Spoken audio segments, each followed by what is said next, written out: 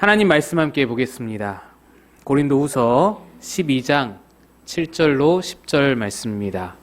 신약성경 298면에 있는 고린도후서 12장 7절에서 10절의 말씀입니다.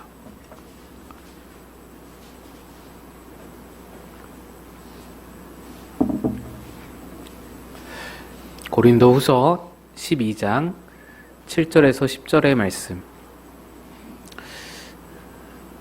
한 절씩 교독해서 읽겠습니다. 여러 계시를 받은 것이 지극히 크므로 너무 자만하지 않게 하시려고 내 육체의 가시 곧 사탄의 사자를 주셨으니 이는 나를 쳐서 너무 자만하지 않게 하려 하심이라. 그것이 나에게서 떠나가게 하기 위하여 내가 3번 주께 간구하였더니 나에게 이르시기를 내 은혜가 내게 족하도다. 이는 내 능력이 약한 데서 온전하여짐이라 하신지라. 그러므로 도리어 크게 기뻐함으로 나의 여러 약한 것들에 대하여 자랑하리니 이는 그리스도의 능력이 내게 머물게 하려 함이라. 그러므로 내가 그리스도를 위하여 약한 것들과 능욕과 궁핍과 박해와 곤고를 기뻐하노니 이는 내가 약한 그때에 강함이라. 아멘. 기도하겠습니다. 하나님, 주의 은혜로 12월을 맞이했습니다. 2023년 마지막 한 달도 하나님의 은총으로 가득히 넘치게 살아가기를 소망하오니 주여 오늘도 주의 은혜를 주의 종들에게 부어 주옵소서. 전하는 자 감추시고 주의 은혜를 바라오며 예수님 이름으로 기도합니다. 아멘. 약육강식의 세상이다 라고 말을 합니다. 약육강식의 논리가 짐승들의 세계를 보면 아주 분명하게 보이죠. 강자는 살아남아서 모든 것을 독식하고 약자는 도태되고 사라지게 됩니다. 그래서 대부분의 수컷들은, 그 짐승들의 세계에서 수컷들은 어떻게든 자기를 강하게 어필해야 합니다.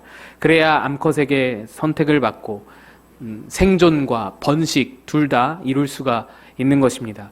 그래서 공작새는 그렇게 화려하게 날개를 펼치는 것이고, 그래서 개구리는 그렇게 볼을 부풀리면서 소리를 내는 것이고, 또 사슴들은 목숨을 걸고서 뿔을 맞대는 것이고, 고릴라는 그렇게 힘차게 자기 가슴을 두드리는 것이지 않을까 생각합니다. 근데 이것이 우리 사람들도 마찬가지입니다. 저희 집 세 아들들 중에 막내 아들이 가장 자존심이 셉니다. 그런데 자존심이 가장 센 아이가 이제 막내 아이다 보니까 여러 가지 좀 웃지 못할 상황이 벌어지곤 합니다. 막내가 어렸을 때 형들을 자꾸만 이겨먹으려고 하는 모습을 보게 되는 거예요. 막내는 첫째와는 4살 차이고 둘째와는 2살 차이인데, 다 컸을 때는 뭐 4살 차, 2살 차 뭐 별거 아니지만 유치원 다닐 때, 초등학교 저학년 때 이럴 때 2살 차, 4살 차는 엄청 큰 차이죠. 그래서 이 막내가 형들하고 뭘 해도, 뭐 운동을 하거나 게임을 하거나 놀이를 하거나 뭐 말싸움을 해도 다 항상 늘 눌리는 겁니다. 지는 거고 밀리는 겁니다. 그래서 무슨 놀이를 해도 항상 깍두기였습니다. 뭐 질 게 뻔하게, 그게 당연한 것이죠. 어쩌면 막내는 늘 깍두기인 게 당연한 것입니다. 근데 이 막내가 자존심이 세다 보니까 그게 잘 용납이 안 됐던 것 같습니다. 그래서 한때는 이 어떻게든 형들을 좀 이겨먹어 보려고 막 애쓰던 그런 모습을 제가 본 적이 있습니다. 여러분 중에서도 아마 기억나시는 분 계실 텐데요. 우리 교회 창립되고 얼마 안 된 초기에 우리 찬양대 회식으로 비빔국수를 먹으러 저희 부부 온 가족이 함께 갔던 적이 있습니다. 그 식당이 망땡국수, 망땡 비빔국수 이래서 꽤나 매운맛으로 유명한 그런 국수집이었는데, 그래서 어른들은 모두 다 이 매운 비빔국수를 시켜서 드셔도 당연히 이 아이들은 잔치국수를 시켜줬습니다. 그런데 막내가 그 순간에 형들은 잔치국수 먹는 걸 보고 어른들은 비빔국수를 먹는 걸 보면서 내가 형들을 이겨야겠다 생각이 들었던 것 같아요. 그래서 자기는 비빔국수를 먹겠다고, 기어코 비빔국수를 먹겠다는 거예요. 초등학교 1학년이. 저는 생각에 한두 입 먹어보고는 말겠지 생각했어요. 근데 그거를 기어코 먹는 거예요. 애가 얼굴이 뻘개졌고 눈물이 막 나는데도 그걸 그냥 계속 억지로 먹는 거예요. 겨우 이렇게 말렸던 기억이 있는데요.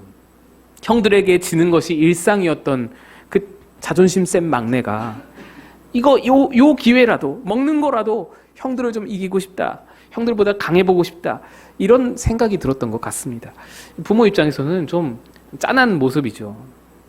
이렇게 강해지고 싶은 마음, 강해 보이고 싶은 마음, 이건 정도의 차이가 있을 뿐이지 사실 누구에게나 있는 마음인 것 같습니다. 또 본래 자기가 약함을 가지고 있다, 어떤 열등감을 가지고 있다라고 한다면 그 약함을 감추기 위해서 더 세 보이기를 노력하는 것 같습니다. 마치 몸집이 작은 강아지일수록 더 요란하고 시끄럽게 짖어대듯이, 여러분 고등학교 시절에 많이들 보셨죠? 말끝마다 욕을 달고 살면서 막 그냥 뭐 별거 아닌 말을 하면서도 욕을 달고 살고 침을 찍찍찍찍 뱉고 그런 친구들 있지 않습니까? 또 여고생들도 깻잎머리 하고 화장을 진하게 하고 껌을 짝짝 씹는 그런 여고생들, 다 그런 것 아니겠습니까? 깍두기 머리에 몸을 무작정 막 키우고 몸에 문신을 새기는 건달들도 다 자기 약점, 자기 약함이 드러날까봐 두려워서 그걸 감추려고 더 센 척, 더 강한 척 이렇게 겉모습을 치장하는 것 아니겠습니까? 어린 학생들이나 건달들만의 이야기가 아닙니다. 지금 우리 주변에도 너무나 흔하게 그런 모습을 볼 수가 있습니다. 자기를 무시했다는 생각이 조금이라도 들면, 조금이라도 기분이 나쁘면 목청을 갑자기 확 높여서 막말을 막 쏟아내는 사람들 있지 않습니까? 또 애초에 무시당하기 싫어가지고 겉을 막 화려하게 치장하는 사람들, 온갖 명품으로, 온갖 비싼 것들로, 비싼 차로 그렇게 자기 재정에 너무 무리가 되면서도 그거를 무리해서라도 그걸 치장하는 사람들 있지 않습니까? 또 누군가를 만나면 일단 허풍부터 치고 거짓으로 허세를 부려서라도 얕보이지 않게 그렇게 노력하는 사람들도 있지 않습니까? 모두가 다 자기 약함이 드러날까봐 어떻게든 그걸 가리려고, 강하게 보이려고 바둥거리는 그런 안타까운 모습들이지 않겠습니까? 그런데 이런 모습이 어쩌면 하나님 앞에 우리들에게서도 있지 않을까 생각해 봅니다. 오늘 본문은 바울의 약함에 대한 이야기입니다. 완전해 보이고 너무나 흠없이 보이던 바울에게도 육체의 가시, 곧 약함이 있었습니다. 이 육체의 가시는 질병인지 장애인지 무엇인지, 이 약함이 무엇인지에 대해서는 성경이 잘 말하지 않습니다. 별로 중요하지 않다는 것이죠.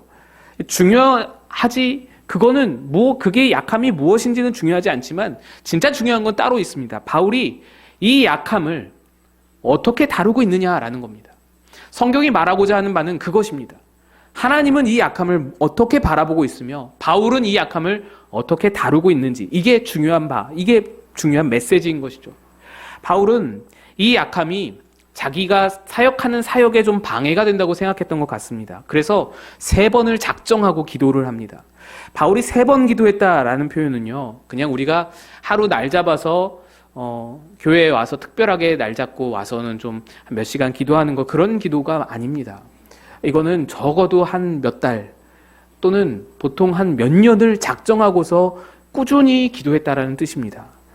그런데 그렇게 3차례를 기도했는데, 몇 년씩 그렇게 기도하기를 3번 했는데 하나님께서 이것을 어떻게 다루시냐. 그리고 이 기도는요, 바울의 기도는 단순히 내가 좀 불편하니까, 또는 내가 이걸 가지고 있으면, 이 약함을 가지고 있으면 사람들이 날 무시하니까, 내가 얕보이니까, 이런 게 싫어가지고 기도를 시작한 게 아닙니다. 바울은 한 번도 자기 자신을 위해서 기도한 일이 없습니다. 우리 성경을 봐보시면 그 기도 제목들이 다 교회를 위해, 사람들을 위해, 교우들을 위해, 성도들을 위해 기도하고 하나님 나라를 위해 기도했지, 자기의 어떤 부끄러움, 자기의 어떤 드러나 보임, 자기의 어떤 욕심, 이런 걸 위해 기도한 적이 없는 분입니다. 복음을 위해서라면은 감옥에 갇히는 것도 아랑곳 안 하는 분인데, 그런 분이 나 좀 무시당하지 않게 이 약 좀 고쳐주세요, 이럴 기도를 드리라고 생각이 안 드는 것이죠. 복음을 위해서 돌에 맞아도, 막 채찍에 맞아도 아랑곳 않고 다시금 일어나서 복음을 전하는 분인데, 자기 자신을 위해서 육체의 가시 좀 고쳐달라고 할 분이 아니라고 보는 겁니다. 그것이 사역에 지장을 줬기 때문에 하나님 일을 하는데 그게 방해가 되는 겁니다. 이것만 아니라면 복음 전파가 더 수월하게 이루어질 것 같고, 이것만 아니라면 더 많은 영혼에게 더 많은 영향을 미칠 것이라고 생각이 되기 때문에 기도를 한 겁니다. 하나님, 나 주의 일 더 잘하게 이거 고쳐주세요. 이것만 아니었으면 더 많은 사람에게 복음 전파할 수 있을 것 같아요. 그렇게 기도를 3번 작정해서 몇 년 동안 기도를 했는데 하나님이 거절하셨어요. 여러분, 그렇죠. 다른 사람은 몰라도 바울의 기도는 들어주셔야 할 것 같잖아요. 바울 같은 분이 또 어디 있다고. 그리 어렵지도 않아 보이는 기도 제목, 그 육체의 가시 그거 거둔다고 누구한테 민폐가 되거나 누구한테 해가 되는 것도 아닌데 그거 거두는 게 뭐가 어렵다고 하나님 왜 거절하시는가? 성경에 하나님께서 거절하신 기도 대표적인 2가지 기도가 예수님과 바울의 기도입니다. 예수님이 이 잔을 내게서 옮겨주소서라는 기도, 그리고 바울의 육체의 가시를 걷어주소서라는 기도. 가장 충성스러운 2분, 가장 실수가 없고 가장 하나님 앞에 완전하다 할 수 있는 2분의 이 기도인데 하나님이 팔 걷어붙이고 들어주셔야 할 것 같은 이 기도를 대표적으로 거절하셨습니다. 그런데 그렇게 예수님과 바울 사도의 기도마저도 하나님이 거절하셨다는 데서 우리는 하나님의 거절도 응답이라는 것을 배울 수 있어야 합니다. 하나님이 기도를 거절하시는 것도 그것도 응답의 일부이다. 그러면 바울에게 거절하셨던 이 거절이 어떻게 바울에게 응답이 될 수 있는가? 하나님께서 바울의 기도를 거절하시면서 말씀을 해주십니다. 이렇게 말씀하시죠. 9절입니다. 내 은혜가 내게 족하도다. 이 말씀은 내가 너에게 필요한 것은 이미 다 줬다라는 의미입니다. 너는 이미 충분한 은혜를 다 가졌다라는 말입니다. 그러면 이렇게 됩니다. 지금 바울은 약함을 가지고 있는 상태인데, 그 육체의 가시를 가지고 있는 상태인데 이미 충분한 은혜를 다 줬다라는 것이죠. 약함을 고칠 필요가 없다라는 말입니다. 아니, 내가 너에게 준 은혜 중에 약함도 포함되어 있다라는 말입니다. 약함이 은혜의 일부다라는 말입니다. 바울은 필요 없다고 여겼던, 아니 오히려 사역에 방해가 되고 장애가 되어서 빨리 없어져야 될 거라고 여겼던, 그래서 사탄의 사자라고까지 표현하거든요. 바울이 사탄의 사자라고 표현할 정도로 그렇게 떨쳐내고 싶었던 그 육체의 가시, 그 약함이 하나님의 말씀에 의하면 도리어 필요한 것이고 중요한 것이고 쓸모 있을 뿐만 아니라 하나님이 베푸신 은혜라는 거예요. 어떻게 그 가시가, 어떻게 그 약함이 은혜가 될 수 있을까? 여기서 2가지 이유를 좀 찾아볼 수 있을 것 같습니다. 첫째는 약함을 통해서 하나님의 강함이 임할 수 있기 때문입니다. 약함이 통로가 되어서 하나님의 강함이 임하게 되기 때문입니다. 하나님께서 그에 이어서 이렇게 말씀합니다. 이는 내 능력이 약한 데서 온전하여짐이라. 바울이 약함을 가지고 있으면 그 약함 또는 질병, 그 장애, 그걸 통해서 하나님의 능력이 이 안에서 완전하게 드러난다라는 것입니다. 완성되어진다라는 것입니다. 어떻게 그런 일이 있을 수 있을까? 어떻게 내 약함이, 내 질병이, 내 연약함이 하나님의 능력을 더 돋보이고 더 완전케 할 수 있는가? 병이 고쳐져야 하나님의 능력이 드러나지. 약함이 변하여 강함이 되어야지, 내가 완전하게 서야지 하나님의 능력이라 할 수 있지. 어떻게 약함을 가지고 있는 상태에서 하나님의 능력이 완전하게 될 수 있는가? 이 말씀은요, 약함이 변하여 강함을 만들어준다라는 게 아니고요, 약함 때문에, 약함을 가지고 있는 상태에서 오히려 하나님을 더욱 의지하게 된다는 말씀입니다. 약함으로 인해서 하나님께 더 매달리게 된다는 거예요. 하나님을 더 사모하게 된다는 거예요. 약함 때문에 힘들잖아요. 약함 때문에 늘 어렵잖아요. 너무너무 어렵잖아요. 그러니까 더 겸손히 눈물로 기도할 수 있게 된다는 겁니다. 그 마음밭이 우리에게 형성된다라는 겁니다. 약함 때문에 내 힘으로는 아무것도 할 수 없는 것을 명백히 보게 되는 거예요. 나는 아무것도 할 수 없는 그런 죄인임을, 나는 아무것도 할 수 없는 무력한 자임을 보게 되는 거예요. 그래서 더 하나님을 의지하고 찾고 부르짖고 기도하고 그렇게 되는 거예요. 약함으로 생긴 빈 공간에 하나님을 의지하는 마음, 그래서 하나님이 내 빈 공간에 들어오게 되는 겁니다. 바울이 하나님의 말씀으로 인해서 이것을, 이러한 약함의 능력을, 약함의 그런 어떤 기능을 깨닫고 보니 약함은 더 이상 슬퍼할 일이 아니었어. 더 이상 고쳐달라고 간구할 일도 아니었어요. 그래서 더 이상 기도를 안 하잖아요, 바울은. 도리어 기쁜 일이고 자랑할 일이었다라는 거예요. 바울이 이렇게 고백합니다. 우리 함께 한번 읽어보겠습니다. 9절 중반부터 시작. 그러므로 도리어 크게 기뻐함으로 나의 여러 약한 것들에 대하여 자랑하리니 그리스도의 능력이 내게 머물게 하려 함이라. 그러므로 내가 10절 네, 시작. 그러므로 내가 그리스도를 위하여 약한 것들과 능력과 궁핍과 박해와 곤고를 기뻐하노니 이는 내가 약한 그때의 강함이라. 약함으로 질병으로 장애로 내게 결핍이 생기고 빈 공간이 생길 때 사람들은 그걸 어떻게 메우려나 어떻게 이거를 가릴까 애쓰고 바꾸려고 노력하고 바꾸지 못하면 어떻게든 감추고 가리려고 노력하는데 강한 척하고 센 척하고 치장을 하고 허세를 부리는데 그런데 하나님의 자녀는 더 이상 그럴 필요가 없다는 겁니다. 약함으로 생긴 빈 공간에 하나님을 모셔드리면 된다는 거예요. 그걸 통해서 하나님 더 의지하면 된다는 거예요. 하나님이 들어와 채우시니 약함이 더 이상 약함이 아닙니다. 도리어 하나님의 강함이 내게 임하는 통로가 되어진 것입니다. 내 약함을 끈질기게 내가 노력해서 강함으로 바꿔봐야 그거 인간의 강함일 뿐이잖아요. 그런데 내 약함을 가지고 하나님께 나아갔더니 약함 덕분에 하나님의 강함을 덧입게 되는 것입니다. 바울이 기뻐하는데 그 이유가 거기에 있는 것입니다. 여러분, 이것이 그리스도인들의 약함을 다루는 방식입니다. 하나님은 우리의 연약함을 때로는 고쳐주시죠. 때로는 바꿔주세요. 그런데 때로는 바울처럼 내버려 두시기도 합니다. 원망스럽기도 하고 좌절되기도 합니다. 그런데 그 안에 하나님의 의미가 있는 거예요. 의도가 있는 거예요. 우리는 약함을 그러한 때에 하나님이 내버려 두실 때에 약함을 받아들일 줄 알아야 합니다.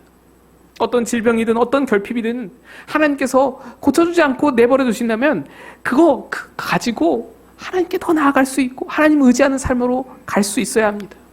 어떤 영적인 연약함이라도 마찬가지입니다. 요즘에 많은 성도들이 힘들어하는 부분이 이렇습니다.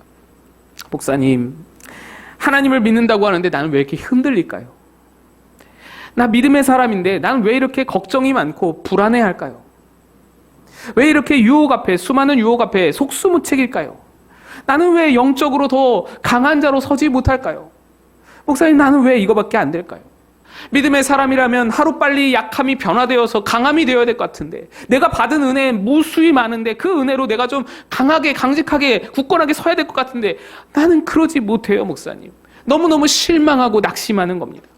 말씀 읽어야 함을 잘 알면서 왜 이렇게 나는 말씀을 못 읽을까요? 기도해야 할 줄 잘 알면서 기도를 자꾸만 안 하게 되는 걸까? 이 내 모습이 실망스럽다는 겁니다. 영적 성장을 잘 바라는데 그게 잘 안 되는 거예요. 그런데 여러분, 그런 고민들을 안고 계신 여러분들에게 제가 드리고 싶은 말씀은 이것입니다. 지극히 정상입니다. 하나님 앞에서 영적으로 가장 성숙하고 성장한 사람, 여러분 어떤 사람이라고 생각하십니까? 홀로 서는 사람일까요? 하나님 도움 없이도 척척척척 잘 해내고 척척척척 뭐든지 다 해낼 수 있는 사람일까요? 아닙니다. 영적으로 가장 성숙한 사람은 오히려 날이 지날수록 세월 지나갈수록 의지할 것 뿐일세. 하나님을 더 의지하게 되는 사람. 세월이 지나갈수록 내 약함이 더 발견되는 거예요. 내 결함이 더 발견되어서 더 많이 의지하게 되는 사람, 더 많이 하나님 붙들게 되는 사람. 그래서 하나님 없이는 이제 한순간도 살 수가 없네요 라고 진심으로 고백하는 것이 진짜 영적인 성숙이지 않겠습니까? 하나님께 완전히 붙어서 살아가는 사람. 이런 고백을 할 수 있게 되는 데는 그 안에 있는 약함들이 굉장히 큰 역할을 해준다는 것입니다. 날이 갈수록 내 안에 더 많은 약함과 더 많은 결격 사유들을 발견하고 그 약함을 인해서 계속해서 하나님께 가지고 나아가면서 하나님으로 채우며, 그래서 내 삶의 모든 분야, 모든 방면에서 하나님의 강함으로 살아가는, 나의 약함의 자리마다 하나님의 능력이 온전하여지는 그 삶이 진짜 성숙한 삶이라는 것입니다. 약함이 은혜가 되는 두 번째 이유는 약함으로 은혜를 알아볼 수 있기 때문입니다. 하나님은 바울에게 내 은혜가 내게 족하다 말씀하셨습니다. 이 말씀은 지금 바울에게 은혜가 넘치는데 약함은 그대로 있었다라고 말씀드렸죠. 우리는 자꾸 은혜를 받았으면 약함은 없어져야 된다고 생각합니다. 은혜를 받았으면 이제 강해져야 된다고 생각을 합니다. 내가 지금 강하지 못하면, 내가 지금 완벽하지 못하면 내가 은혜를 헛되이 받은 것인가? 내가 받은 게 은혜가 아닌 건가? 이런 착각을, 이런 생각을 하게 됩니다. 그런데 그렇지 않아요. 바울은 은혜를 족하도록 받았는데도 약함이 그대로 있었습니다. 여러분, 이걸 잘 아셔야 돼요. 은혜를 받아도 약함이 있을 수 있습니다.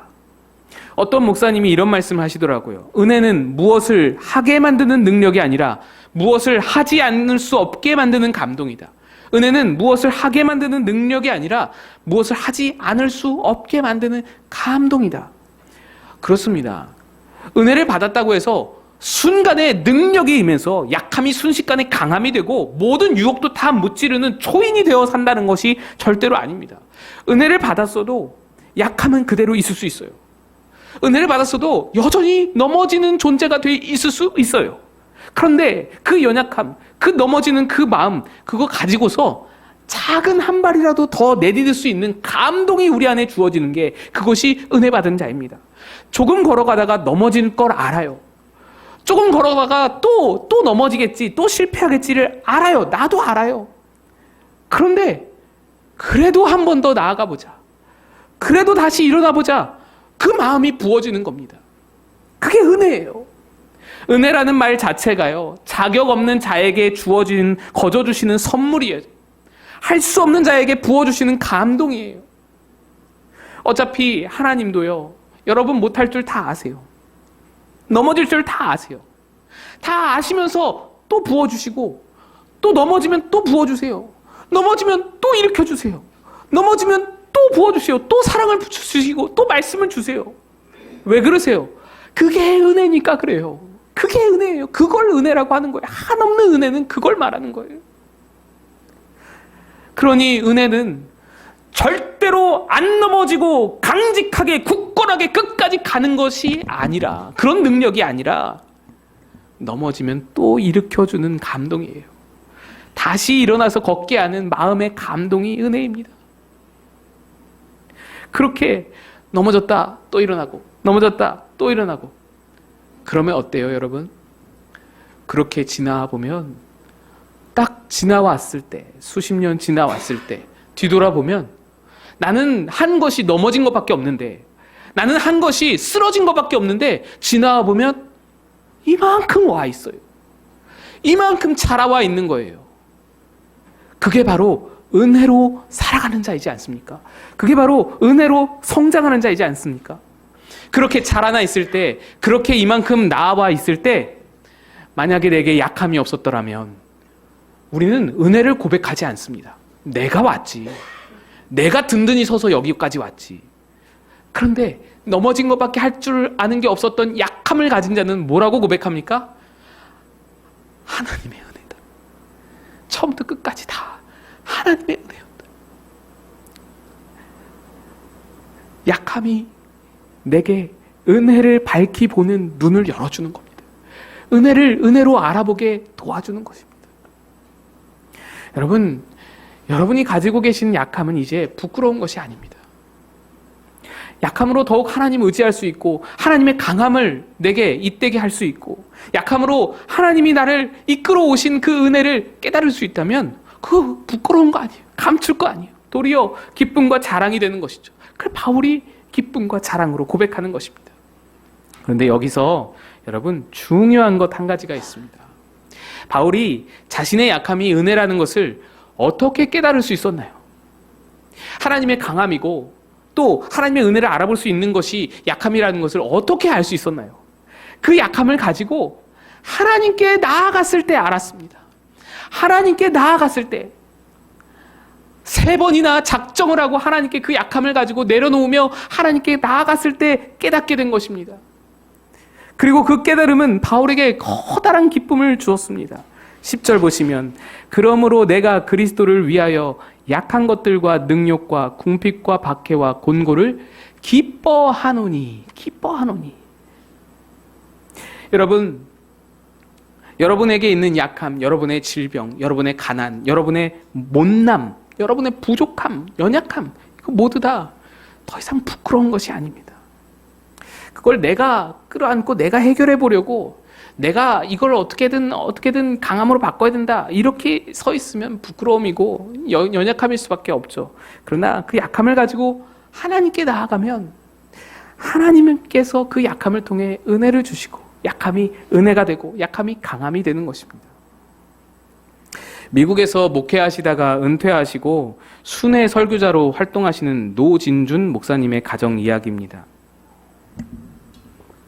이 목사님이 미국에서 목회하실 때 일남일녀 남매를 두신 상황에서 아들을 하나 더 입양했어요. 한국에 있는 아이를 입양했습니다. 입양 기관을 통해서 입양을 했는데, 입양할 때 이 기관에서 약속한 것이, 목사님은 처음에 입양 사실을 공개하지 않고 비공개로 아이를 키울 생각이었는데, 이 입양 기관에서 7살 이전에 입양 사실을 공개하지 않으면은, 그걸 약속하지 않으면은 입양을 못 한다는 거예요.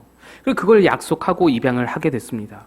입양해서 아이를 키우는 일이 여간 힘든 일이 아니었지만 아이가 그럭저럭 잘 커졌어요. 그리고 입양 기관에서 요청한 대로 7살 되기 이전에 아이에게 입양 사실을 공개해서 사춘기에도 그렇게 큰 타격이 없었습니다. 그렇게 잘 자라와서 고등학생이 되었어요. 그런 어느 날 큰딸의 결혼식을 앞두고, 다른 가족은 모두 다 이제 다른 지역으로, 미국이니까요 넓잖아요. 그래서 다른 지역의 결혼식장으로 이제 비행기를 타고 다 떠난 후에 목사님과 막내 아들만 내일 아침 결혼식 당일날 비행기를 타고 가야 하는데, 학교 간 아들에게 전화가 왔습니다. 내일이면 이제 비행기 타고 결혼식장을 가야 되는데 학교에서 운동하다가 다리를 다쳤다는 거예요. 크게 다쳤다는 거예요. 이 목사님이 갑자기 짜증이 확 났습니다. 아니, 사고를 쳐도 이렇게 중요한 일을 앞두고 사고 치냐, 이 아이에게 막 핀잔을 주게 된 거예요. 아이에게 괜찮냐 물었더니 아이가 저 괜찮다고, 내일 갈 수 있다고 라고 말하는 거예요. 그래서 교회 집사님이 운영하시는 한의원에 데리고 와서 침 몇 번 놓고, 그리고 집에 데리고 와서 좀 일찍 잠에 들었습니다. 목사님이 새벽에 잠깐 일어났는데 아이 방에 불이 켜져 있더래요. 그래서 들어가 보니 아이가 불을 켜놓고 다리가 너무 아파서 밤을 새워서 눈이 퉁퉁 부을 정도로 울면서 이걸 앓고 있었던 거예요. 그런데도 그 상황에서도 목사님이 너 괜찮아? 물으니까 아이가 울먹이면서 괜찮아요. 저 갈 수 있어요. 라고 말했답니다. 괜찮을 리가 없는데 끝까지 괜찮다는 거예요. 그런데 아버지는 알죠. 이거 뭔가 잘못됐음을 알았죠. 날이 밝자마자 빨리 병원에 데려가 봤더니 의사가 이걸 어떻게 참았냐고, 너무너무 아팠을 텐데 어떻게 참았냐고, 다리뼈가 2개가 부러져서 어긋났다는 거예요. 그래서 뼈를 맞추고 깁스를 하고 치료를 받느라 이제 누나 결혼식, 큰딸 결혼식의 일정에 차질이 빚게 된 것이죠.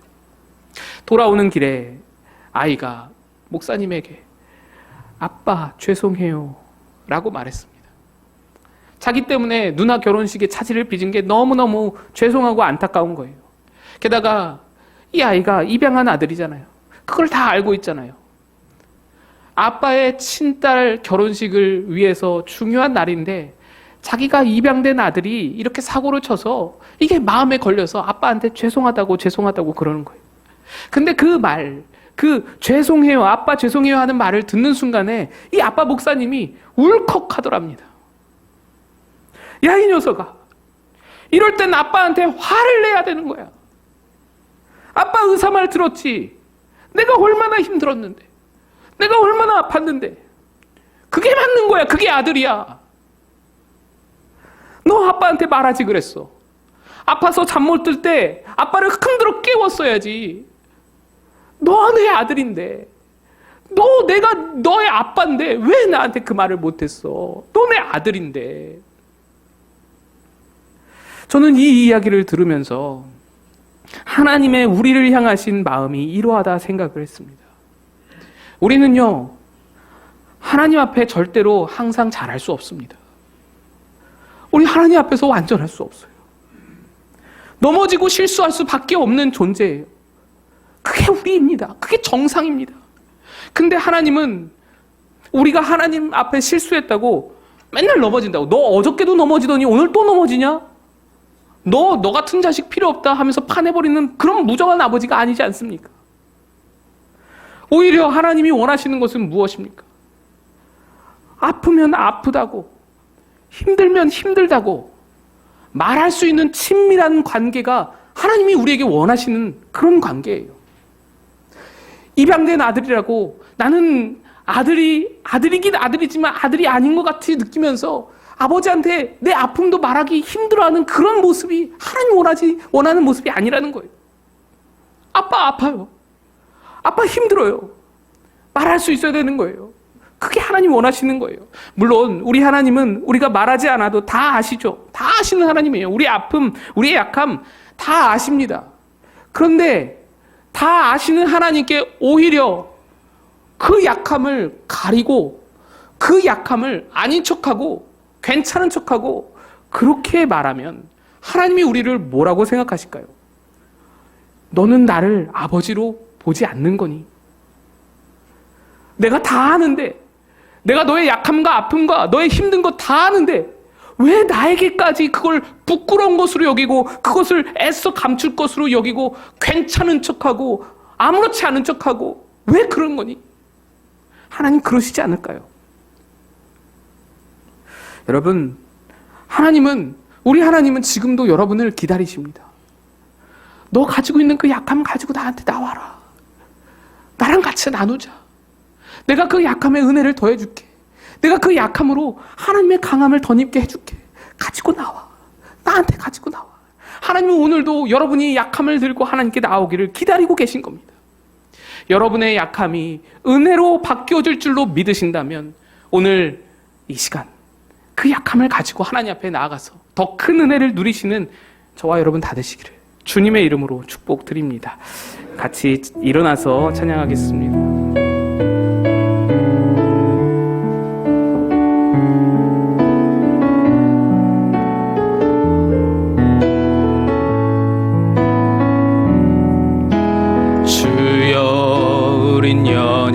연약합니다. 우린 오늘을 힘겨워합니다. 주 뜻 이루며 살기에 부족합니다. 우린 연약합니다. 주여 우린 넘어집니다. 주여 우린 넘어집니다. 오늘 하루 또 실수합니다. 주의 긍휼을 구하는 죄인입니다. 우린 주만 바라봅니다. 한없는 주님의 은혜 온 세상 위에 넘칩니다. 가릴 수 없는 주 영광 온 땅 위에 충만합니다. 주님만이 길이오니 오린 그 길 따라갑니다. 그날에 우리를 이루실 주는 완전합니다. 한없는 주님의 은혜 온 세상